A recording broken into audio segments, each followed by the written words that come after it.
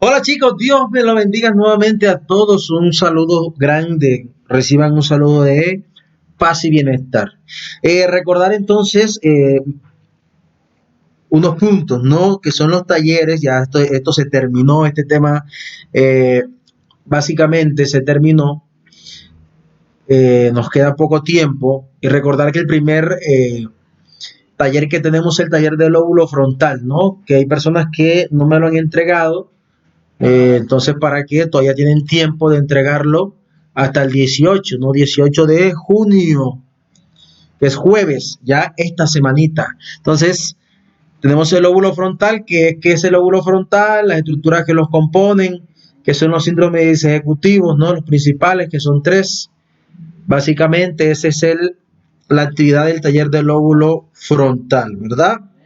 Tenemos eh, además, bueno, aclarar que ese taller del lóbulo frontal equivale al 15%, no a un 15% de las notas, solo a un 15%, para que lo tengáis en cuenta. Ya lo he explicado en clase, pero para que lo tengan en cuenta, ¿no? Está el taller de agnosia, que es el segundo taller y corresponde donde dice el primer momento evaluativo, ¿no? Que responde al 20%. Este taller de agnosias que tiene como objetivo analizar y describir las distintas modalidades de agnosias a partir del caso del hombre que confundió a su mujer con un sombrero de Oliver Sacks. Eso quiere decir que hay que leer el libro que lleva el mismo nombre y toca leerse ese caso, ¿no? El hombre que confundió a su mujer con un sombrero, que es un caso de agnosia pura. Entonces, ahí nos describen unas modalidades de agnosias. ¿Y cuál es la idea entonces? Que los estudiantes en la fundamentación, los estudiantes, a partir de la lectura del caso del hombre que confundió a su mujer con un sombrero de Oliver Sacks, luego de un análisis crítico, describan las agnosias visuales, somestésicas, auditivas, olfativas y agnosias gustativas como proceso que permita la apropiación de los conceptos vistos en clase, ¿no? Es sobre decir que habrán algunas modalidades de agnosia que tendrá el caso y que no tendrá el caso. Ese es el juego, ¿no? Usted como clínico y como investigador lo analiza ya en el caso, después de la clase de agnosias, para ver si presenta o no este tipo de agnosias. Es de modalidad asincrónica y la duración fue desde el 22 de abril hasta el 7 de mayo. Eso quiere decir que la fecha pasó. Sin embargo, recuerdo que sigo recibiendo los trabajos hasta el 18 de junio, ¿no? 18 de junio, básicamente. Requisitos: entrega de trabajos escritos según las normas APAS, grupo de 5 estudiantes. ¿Por qué de 5 estudiantes? Porque así es mucho más fácil, ¿no? He expresado en clases que si usted no tiene grupo, que le queda complicado, si quiere lo puede hacer individual, pero yo sugiero que escriba en el grupo, que sea transparente y usted escriba que definitivamente no tiene grupo y así si alguien no, el grupo no contesta, yo sugiero al grupo que lo adopte, ¿no? Es, es muy sencillo de verdad, pero hay que desarrollar esas habilidades comunicativas, ¿no? Entonces, ¿qué pregunta va a resolver usted en este taller? Teniendo en cuenta entonces la lectura, el hombre que confundió a su mujer con un sombrero de Oliver Sacks, que además este caso lo revisamos en clase, ¿no? ¿Por qué propuse este primer taller? Porque ya lo habíamos trabajado en clase y lo habíamos respondido en clase. Era muy fácil, simplemente era pasar lo que hicimos en clase en Word y mandarlo, ¿verdad? De verdad que era muy sencillo este 20% que corresponde al primer momento evaluativo, ¿no? Ya lo habíamos visto en clase. Entonces, ¿qué tiene que describir usted en ese caso? ¿Qué es lo que usted tiene que responder en el caso de agnosia? ¿Qué tipo de agnosias visuales presenta el doctor P? De las agnosias visuales va a describir por lo menos dos tipos de agnosia. Justificar, ¿no? En caso de que las presente, si no se presenta el tipo de agnosia visual, usted debe argumentar por qué no se presenta la agnosia visual, ¿verdad? ¿Qué tipo de agnosia somestésica presenta? También debe describir por lo menos dos y argumentar las dos clases de agnosias que se presenta esta modalidad y por qué no se presenta, si en caso de que no se presente, ¿no? ¿Qué tipo de agnosia auditiva se presenta? Describa por lo menos una en caso de que exista. Si no existe, argumentar por qué no se da, ¿verdad? ¿Qué tipo de agnosias olfativas presenta? También describa por lo menos unas en caso de presentarse. En caso de que no se presente, decir por qué no se presenta, ¿no? Y por último tenemos qué tipo de agnosias gustativas presenta. ¿Mm? ¿Qué tipo de agnosia gustativa presenta? También describir una, o si no se presenta, describir por qué no se presenta. Entonces, es muy sencillo. Describe en qué momento del caso se puede percibir o evidenciar cada una de las agnosias. Es muy sencillo. Usted está leyendo el caso y donde aparece el tipo de agnosia, usted simplemente dice que en ese pedazo obedece un tipo de modalidad de agnosia. De verdad que es muy sencillo el caso, y cuando es de 5 es mucho más sencillo.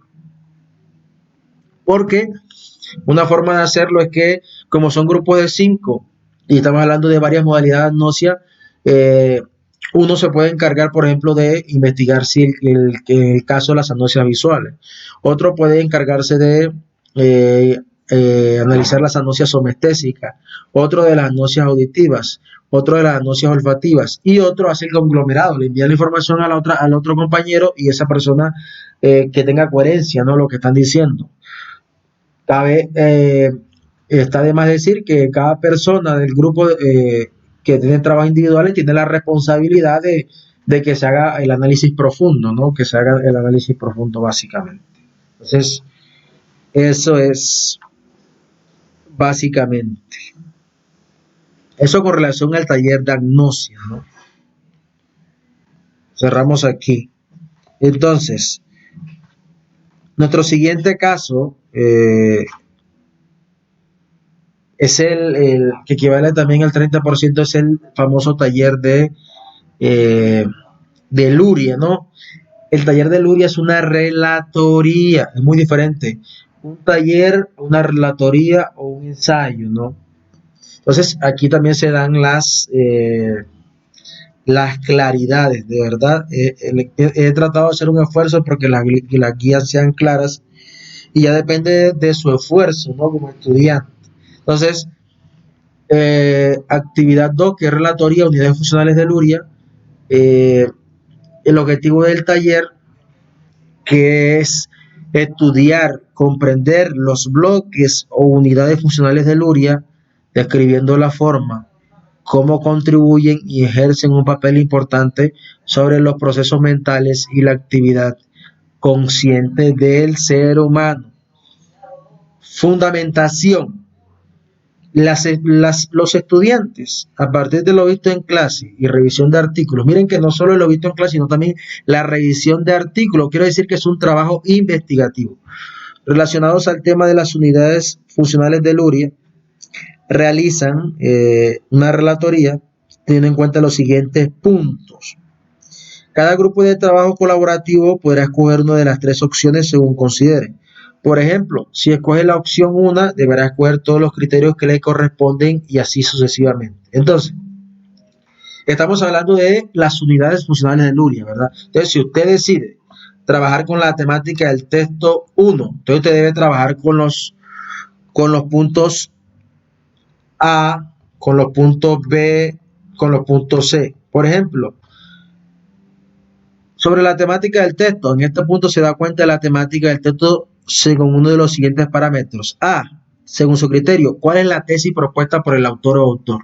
Si usted decide trabajar eso, se sabe que la tesis propuesta de Luria es en las unidades funcionales. Entonces, esa es la tesis propuesta por el autor. Y usted debe ampliar y profundizar sobre de dónde saca Luria, de dónde sustenta Luria el tema de las unidades funcionales y ese orden jerárquico. De verdad que es muy sencillo, ¿no? B, según su lectura, ¿no? ¿Cómo se desarrolla la argumentación? ¿Desde dónde argumenta Luria el tema de las unidades funcionales? ¿Cuáles son las razones que él da para argumentar eso y que ese funcionamiento se da por bloque y de esa manera? Es muy sencillo. Criterio C, según su criterio. Mire que es según su criterio. ¿Cuáles son las nociones y estrategias centrales del texto? ¿Qué es lo más central de Luria? ¿Qué es lo que centra Luria? ¿Qué es lo que Luria hace énfasis, ¿no? Recuerden que Luria habla de unos procesos cognitivos que se establecen como bloques, y que lo básico puede alterar a lo más complejo y lo complejo puede alterar lo más básico. Para eso hay que repasar. está el criterio de cuáles son las conclusiones que propone el texto, de su proceso de lectura, que hizo de las unidades funcionales de Luria, cuáles son las conclusiones que propone el texto, ¿no? Que se concluye a partir de las unidades funcionales de Luria. Eso si usted decide trabajar sobre la temática del texto 1. Si usted decide trabajar entonces con la temática del texto 2, usted debe trabajar con el criterio A, ¿verdad? Que dice, ¿cuál es el sentido e implicaciones del título de la lectura? Sí, que me parece que es muy lindo este punto, ¿no? El bloques o unidades funcionales de Luria, ¿qué me lleva a mí a pensar? Que el cerebro está organizado por bloques de funcionamiento de menor a mayor orden jerárquico a nivel de estructuras cerebrales, que es bien hermoso. El punto B, ¿cómo representaría la estructura del texto? ¿Cómo Luria representa cada uno de los aspectos de este texto, no? ¿Cómo usted hace un esquema de representando las unidades funcionales de Luria? Si puede hacer un mapa mental en ese momento para explicarlo. Y C, ¿cómo considera que el uso del lenguaje incide en la temática expuesta en el texto, no? Eso es muy interesante para tenerlo en cuenta. Entonces, ¿de qué manera para usted es algo muy subjetivo? Este punto no que se califica si está bien o mal, porque es un punto muy subjetivo. En realidad estas preguntas, muchas son subjetivas. Entonces,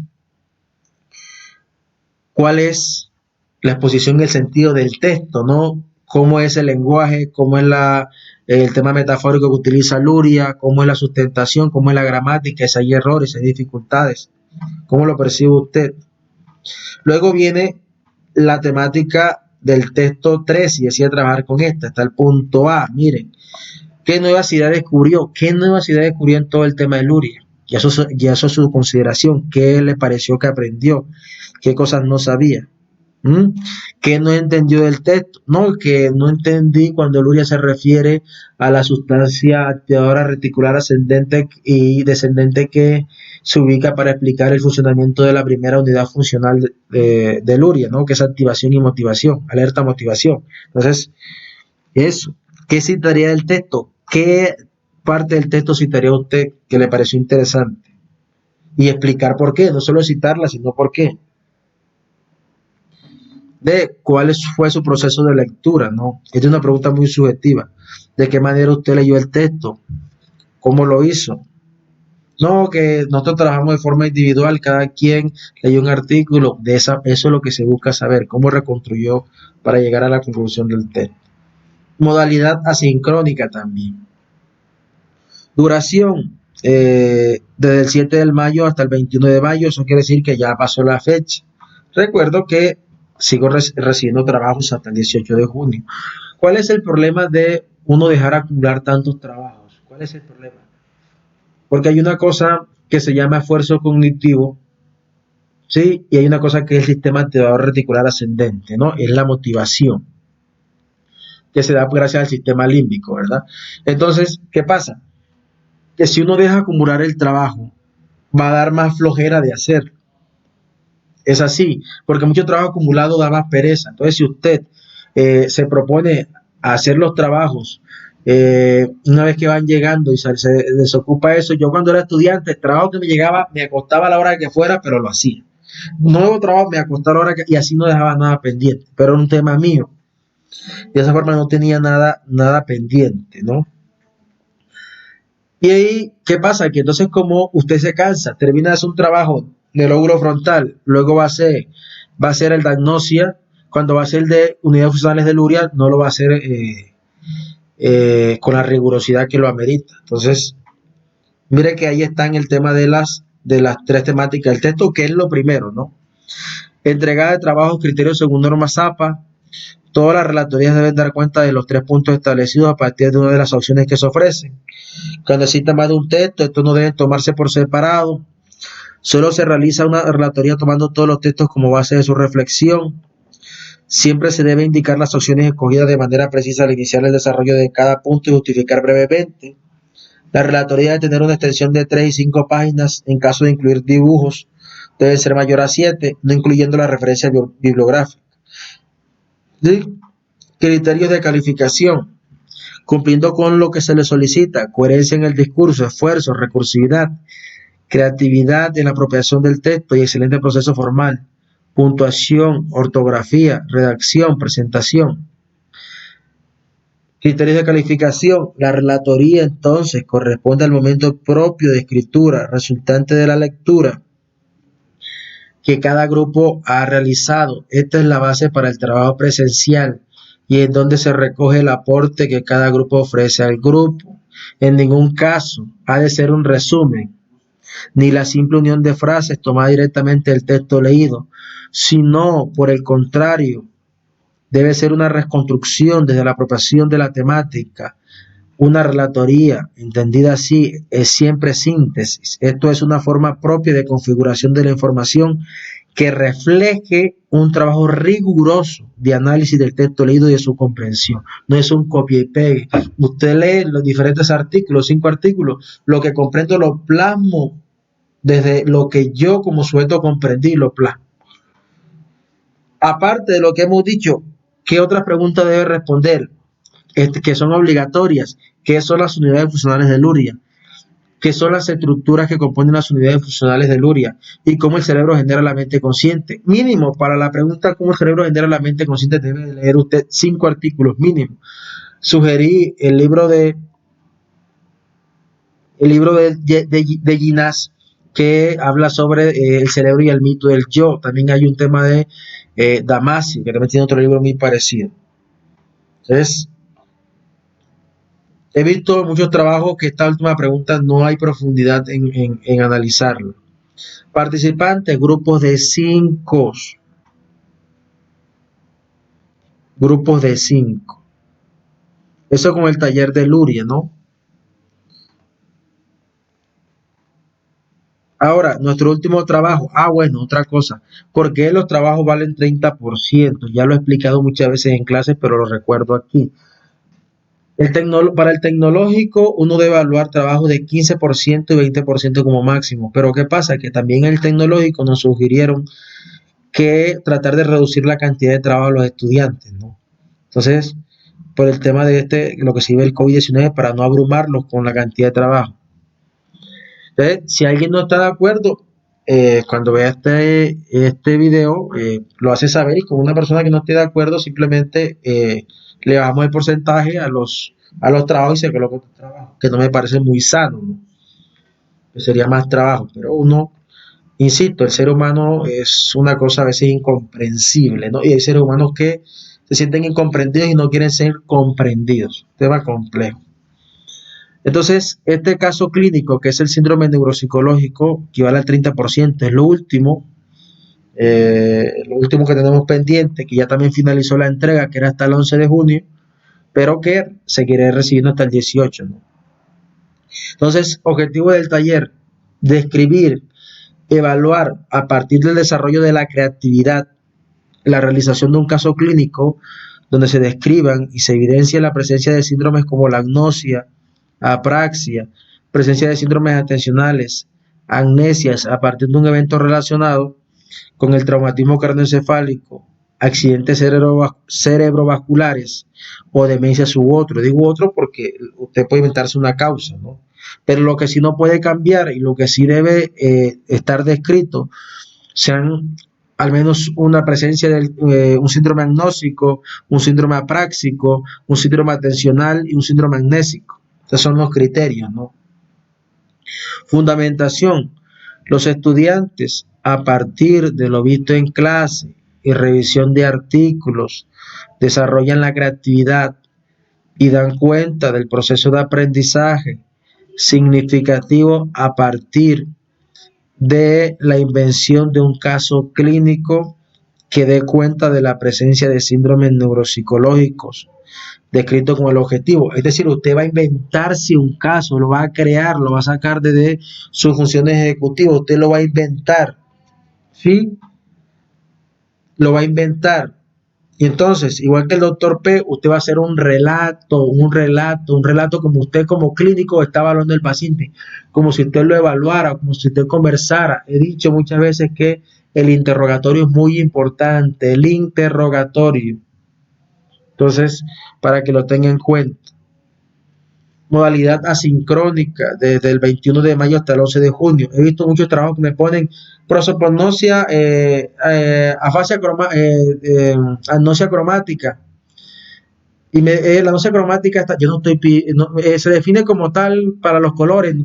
No estoy pidiendo definición de nada. Aquí no tiene por qué definir, porque usted en la sintomatología, usted que describe el paciente, usted en la parte de abajo lo va a colocar simplemente lo que sin duda corresponde a tal trastorno ya. Apraxia constructiva. No tiene que definirlo porque ya en los síntomas del paciente está establecido.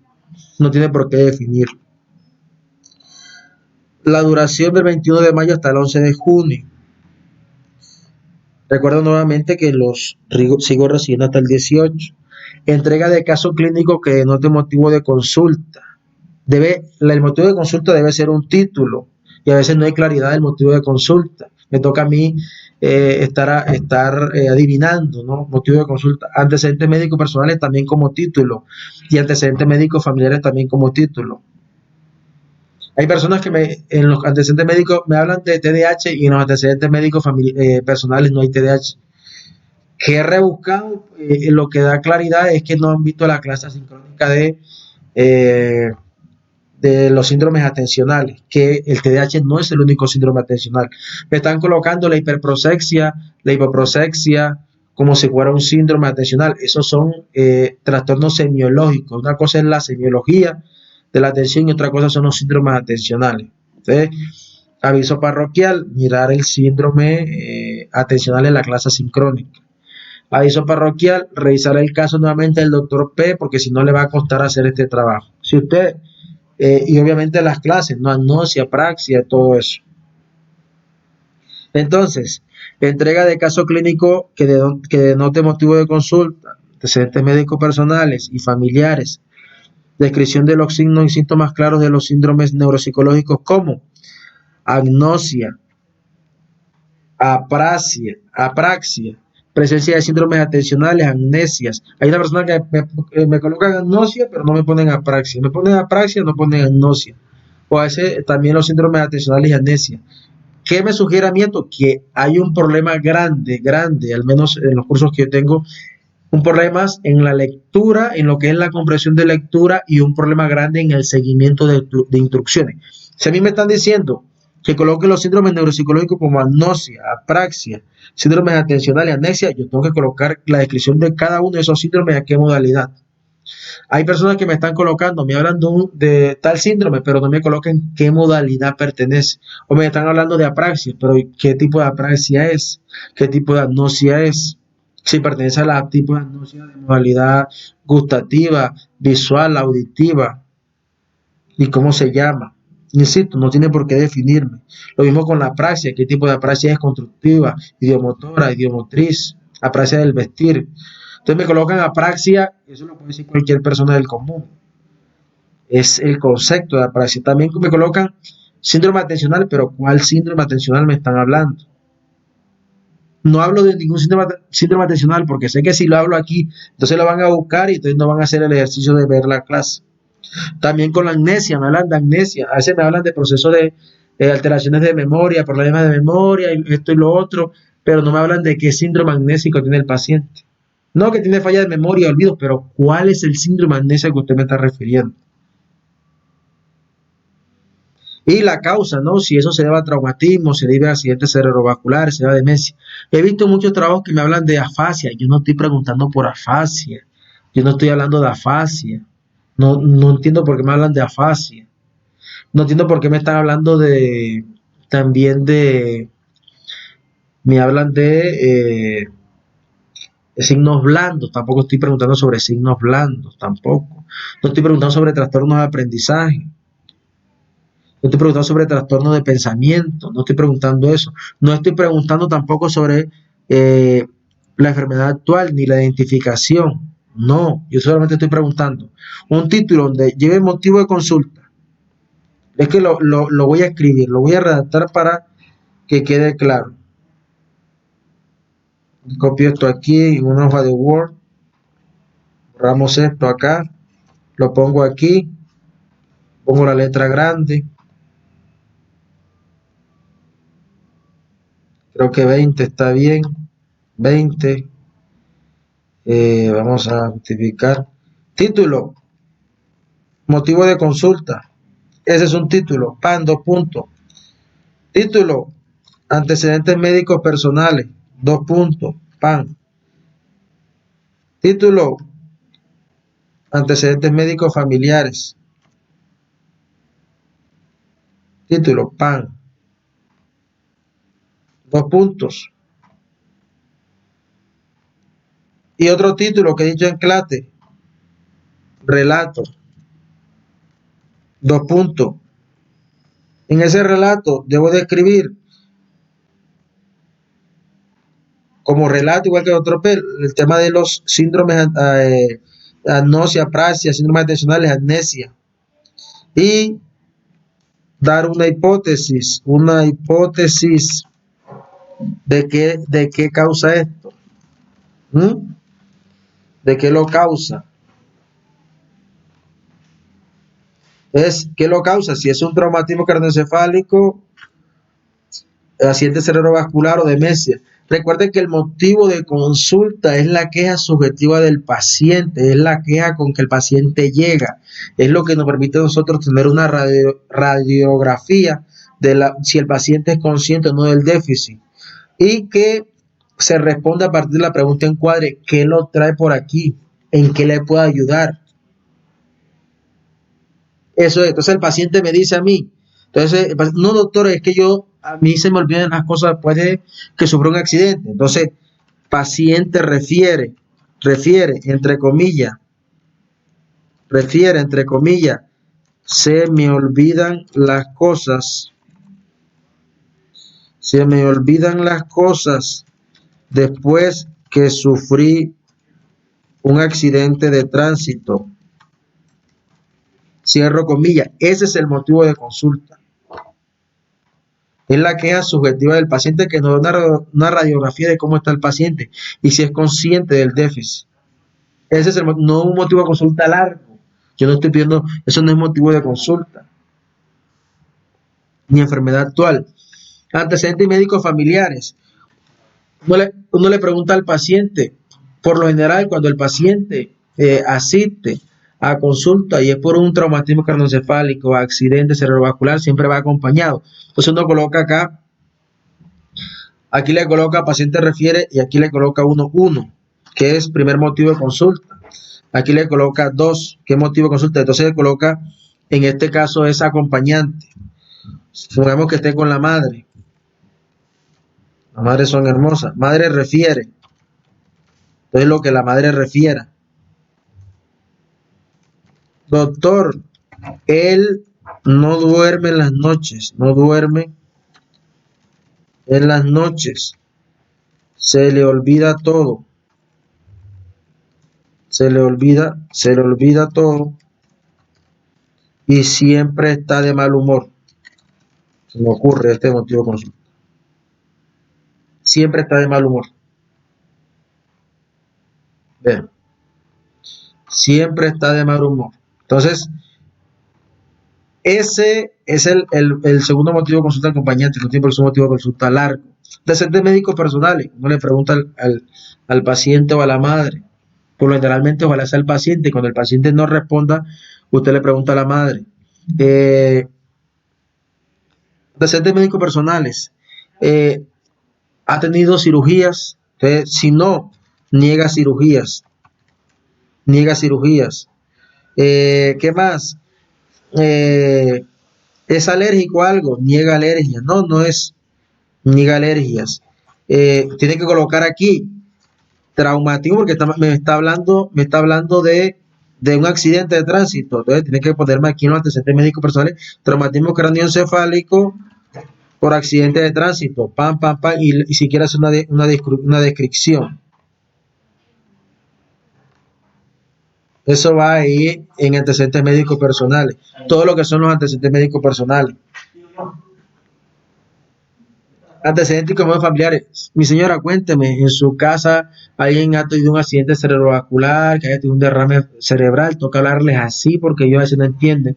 Que usted tuviera un familiar cercano, lejano, que tuviera discapacidad o que estuviera encerrado en el cuarto, no saliera, que viera cosas, ¿no? Que usted sabe que son alucinaciones. Le toca preguntarle así, con mucho tacto. He tenido familiares que les dificulten concentrarse. En este caso, como estamos hablando de un traumatismo, ahondar tanto en los antecedentes médicos familiares no es tan importante. O sea, sí se debe ahondar, pero no hacer tanto énfasis como en un niño con TDAH, porque aquí la causa es un accidente, ¿no? Entonces, preguntar por diabetes, si hay diabetes, sí, un tío con diabetes, tipo 1, por ejemplo. Entonces, todo lo que primer grado, tío segundo grado.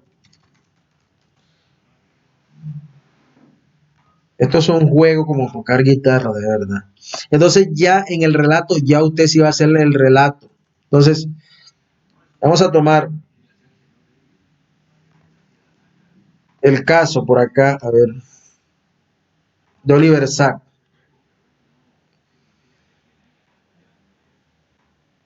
Vamos a copiar esta primera parte hasta aquí, hasta cómicas. A ver, entonces, relato. Vamos a colocar esto en la parte inferior. Relato. Vamos a colocar un poco más grande la letra. 18 está bien. Entonces, miren, igual, así tiene que ser usted el caso clínico. Entonces, el doctor P era un músico distinguido, había sido famoso como cantante y luego había pasado a ser profesor de escuela de música local. Fue en ella, en relación con sus alumnos, donde empezaron a producirse ciertos extraños problemas. A veces un estudiante se presentaba al doctor P y el doctor P no lo reconocía, o mejor, no identificaba su cara. En cuanto el estudiante hablaba, lo reconocía por la voz. Estos incidentes se multiplicaron provocando situaciones embarazosas, perplejidad, miedo y a veces situaciones cómicas. Entonces, ¿usted qué le va a agregar a ese relato? A ese relato, lo que sin duda, lo que sin duda eh, corresponde a un tipo de agnosia de la modalidad visual conocida como prosopagnosia de Bodamer o de Bodamer. Ya, no tiene que definirme más nada. Entonces, esto me lo subraya en negrilla para que se me facilite a mí leerlo. Lo que sin duda corresponde a un tipo de agnosia de la modalidad visual conocida como prosopagnosia. Es muy sencillo. Así debe ser con todo el relato. Mire que no estoy pidiendo definición. Ahí está claro que me está hablando de ese tipo de agnosia. Y así debe ser con todo el caso, con todo el caso clínico. Es muy sencillo. Y así debe ser para amnesia, así debe ser para apraxia, así debe ser para síndrome atencional. Yo no me explico de verdad cómo, si estamos hablando de 5 personas, hay grupos que son de 6, y esto no tiene presentación, 6 personas, 5 personas del grupo, y se les pasa un síndrome atencional o un amnesia. Es que pareciera que el trabajo lo está haciendo una sola persona. Y me parece injusto con esa persona que lo está haciendo, en caso de que esté pasando. Porque cuando yo era estudiante y en los trabajos grupales, yo, por ejemplo, era el último que revisaba los trabajos. Todo el mundo lo revisaste, ¿qué le agrega? No le agrega. Yo no me confía en mis compañeros, yo me tomaba el trabajo de leer el trabajo completico. Yo decía, no, nos falta esto, nos falta esto, nos falta esto. Mira, te faltó hacer énfasis en esto. Porque aunque a mí no me tocaba hablar sobre el tipo de agnosia, sino apraxia, yo le decía, mira, te faltó profundizar sobre la agnosia, revísalo otra vez. Es Mira que entonces es interesante la revisión, ¿no? Y que es una habilidad de la función ejecutiva, ¿no? Que es el automonitoreo, ¿sí? Y eso es muy interesante, muy importante. El automonitoreo. ¿M? La revisión de lo que uno está haciendo, tiene que revisarlo. ¿Eh? Son 5 integrantes, deben funcionar como funciona el tema ejecutivo. Uno planifica, el otro organiza, el otro ejecuta, es todo debe ser armonizado. ¿Eh? Parece que hay, hay unos trabajos son como mandados por enviar, ¿no? Hay trabajos que son incompletos donde nada más me hablan de agnosis, a otros de apraxia solamente, entonces no es la idea. Hay estudiantes que se enojan, ¿no? Se enojan, que tienen poca tolerancia a la frustración y yo les sugiero a estos estudiantes que trabajen esa parte ahora que son estudiantes porque un psicólogo con estas dificultades no he visto con buenos ojos. Entonces hay que trabajar esas partes, aprovechen el tecnológico que está en eh, creo que es gratis o muy barato para que trabajen esas partes, ¿no? Hay estudiantes que ponen en tela de juicio lo que el profesor califica y lo hacen de una manera despectiva, otros lo hacen de una manera agresiva, otros lo hacen de una manera muy respetuosa. Es, yo soy un apasionado de la neuropsicología. Siempre lo he dicho, en mis tiempos un docente, uno se acercaba al docente con mucha humildad. Profe, mira, ¿por qué no revisamos el caso? Porque me parece que usted, pero que no lo ha revisado, porque yo creo, profe, que lo tiene. Entonces, de esa manera es mucho más afable en este mundo donde hace falta más amor y en este tema del coronavirus. Hay estudiantes que se molestan que uno le coloque las notas en la plataforma y yo soy el docente, a mí me llegan los trabajos y yo debo ir calificándolos. ¿Qué tal que yo a usted no le coloque la nota en la plataforma y luego usted no me mande más el trabajo? Y yo después le coloco un 0 cuando usted tiene un 2. Y entonces por eso pierdo la materia. Porque es mejor un 2 que un 0. Entonces, cuando usted me entrega el trabajo, yo con mucho gusto les cambio el 2. Pero a veces lo comparan a uno con otras personas. Sí, en vez de agradecer que tienen un docente que es amoroso, que siempre da oportunidad, siempre he dicho, me pueden mandar los trabajos todas las veces que quieran, me lo pueden enviar. No tengo ninguna dificultad en recibirlo. Pero ser humilde y amoroso, y más en estos tiempos de pandemia, ¿no? Hay estudiantes que no son asertivos, son poco asertivos, son violentos, agresivos con el docente. Y uno a veces como docente le da mucha tristeza. No solo me pasa a mí. Entonces, un psicólogo mala persona no funciona. No estoy diciendo que usted sea mala persona. Pero un psicólogo siendo mala persona no es el camino porque aquí hay que ser y parecer. Es una cosa bien hermosa. Esa reflexión se la dejo eh, porque somos seres humanos y estamos en construcción todo el tiempo, pero debemos tener una apertura, ¿no?, al cambio. Si yo soy inflexible, que también es una función ejecutiva, ¿no? La flexibilidad cognitiva. Si yo soy inflexible cognitivamente, no acepto que me equivoqué cuando está equivocado, sino que yo justifico mis errores y agrego al docente, por ahí no es el camino. Dios me lo bendiga a todos. Espero que esta reflexión sea muy importante. Un abrazo para todos. Como siempre he dicho, yo no hago clases de 2 horas, no es mi idea. A veces de 50 minutos, de 1 hora para que el estudiante no se me desvele, ¿no? Entonces, y no se pierda la motivación. Un abrazo gigante para todos. Muchas bendiciones. Espero que con esto la calidad de los trabajos mejoren. Muchas bendiciones. Yo puedo recibir muchos trabajos, pero no me pida que le coloque una nota que no merece el trabajo, con toda humildad se lo digo, porque está en contra de mi ética profesional. Y uno de mis compromisos es la formación suya como profesional. Si yo dejo pasar esas cosas, esos trabajos, yo le estoy diciendo a usted, sea mediocre. Yo lo que quiero es formar excelentes profesionales. Muchas bendiciones. Dios me lo bendiga.